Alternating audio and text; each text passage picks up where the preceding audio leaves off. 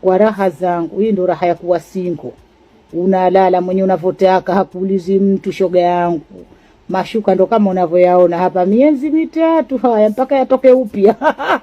Bwana bibi Zuchu kiukweli ameweza kuumizwa sana na kauli ya mama Dangote, na akamjibu na kumwambia kwamba kuna wakati unatakiwa kuweza kutumia busara kubwa sana kuweza kujibu, na kwa hiki ambacho ulichoweza kukifanya, mimi kama mwanamke mwenzio sikupendezewa navyo. Just imagine mimi ni kama mtoto wako, lakini bado umekuwa ukiniataki kwenye vitu ambavyo visivyokuwa na mbele wala miguu. Hili jambo limekuwa tatizo sana kwa upande wangu, hivyo napenda kuchukua nafasi hii ya kuweza kuweka kila kitu sawa, ya kwamba mimi na wewe popote pale ambapo nitakapokutana nawe tutakutana na kuambatana kwa namna moja ama nyingine, kwa sababu naona bado unaendelea kuniongelea jambo ambalo mimi sipendezwi nalo, ila kwa hiki ambacho kinachoendelea sasa, Mungu pekee ndiye ambaye atakayeweza kutatua changamoto ambazo zinazonikabili, maana kuna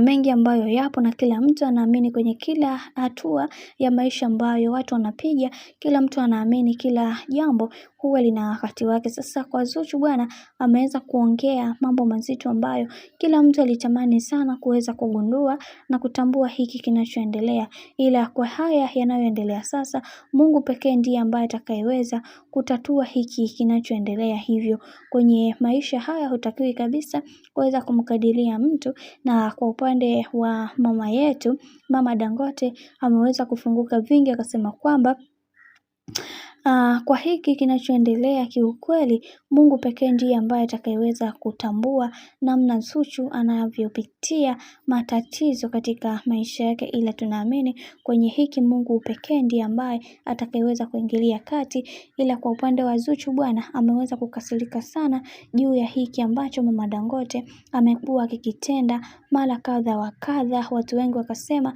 tuendelee kumpa muda, huenda atakuja kubadilika, kwa sababu kuna namna ambavyo anapitia changamoto katika maisha yake, ndio maana haya yote huwa yanamtokea.